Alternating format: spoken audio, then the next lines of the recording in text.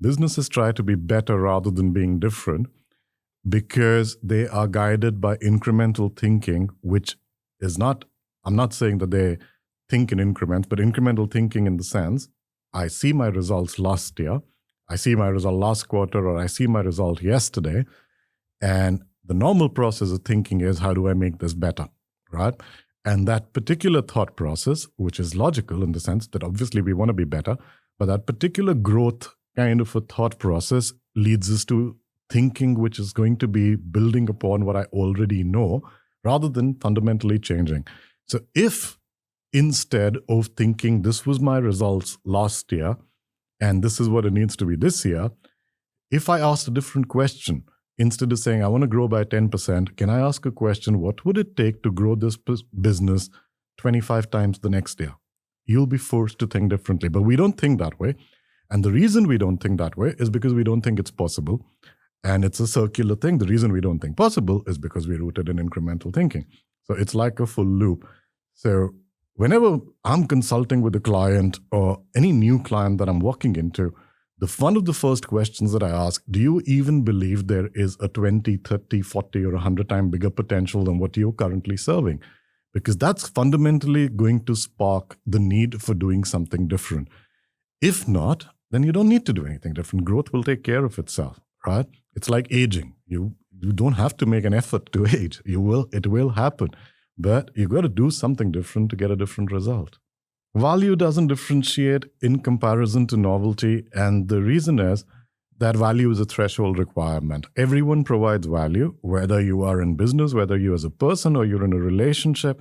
There is a level of value without which you cannot exist. So value today is existential. Without value, you cannot exist, right? You're staying in a home, you got to do something there. Otherwise, you can't even exist in a house. So forget a business where you're asking for money in return.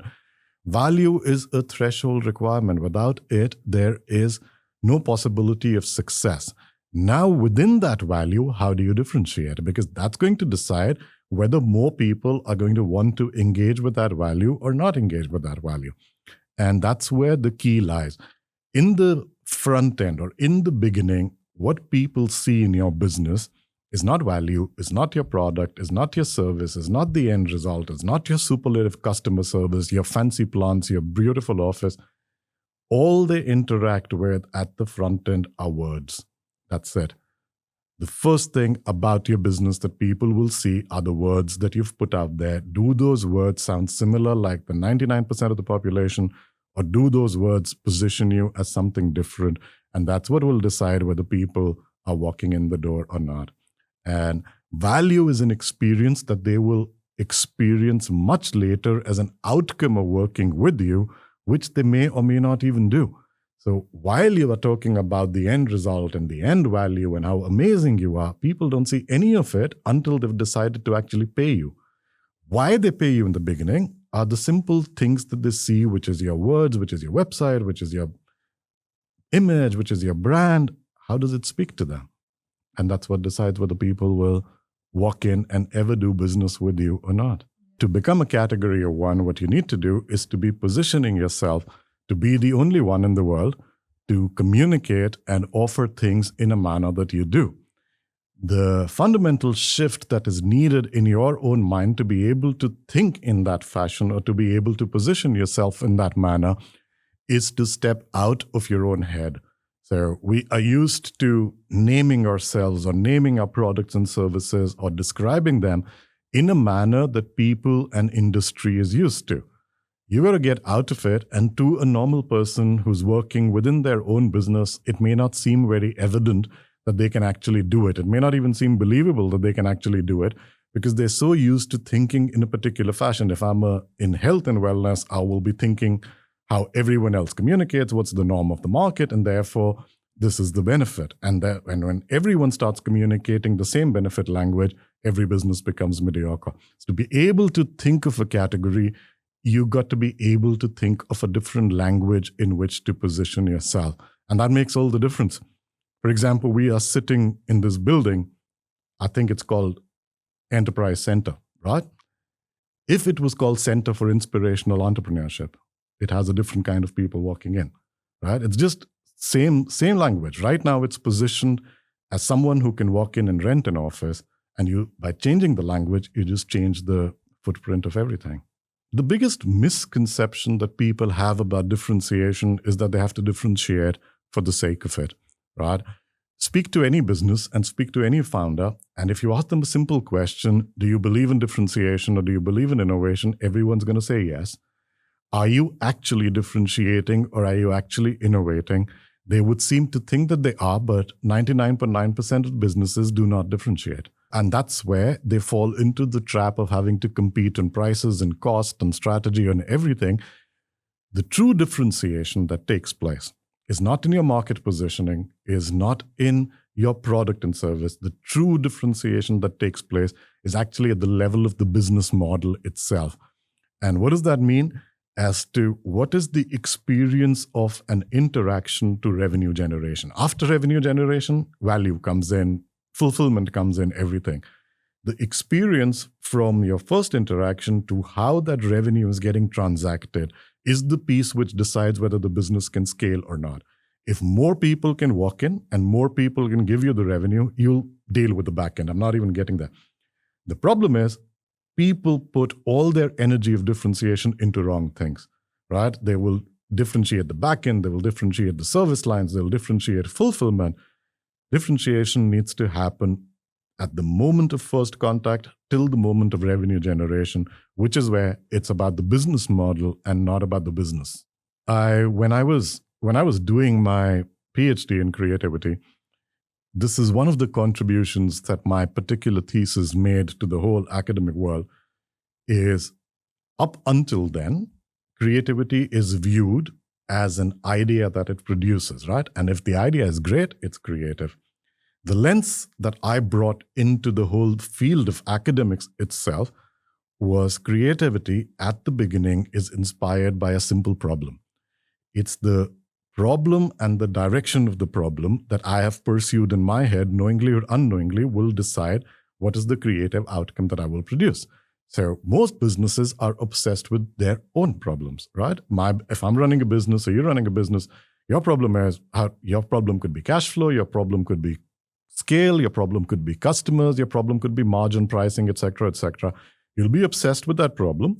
And so your creative thinking, knowingly or unknowingly, will be attacking or thinking of ideas to solve that problem. Your entire creativity will be, or your entire innovation thinking will happen with that lens. Now, the problem with that particular problem is that's your problem, right? I'm not concerned as a market or as an economy as to whether you have the cash flow, whether you have the profit, whether you're getting people, whether you have the structure, whether you have the system.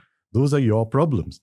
By thinking internally about your problem statement itself, you have conditioned and directed the entire thought process, which is the collective minds available, to be thinking of tricks and shortcuts to solve that problem.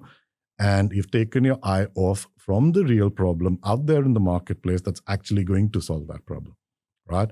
It's critical to think, if you identify a unique problem to solve, you have a unique business automatically.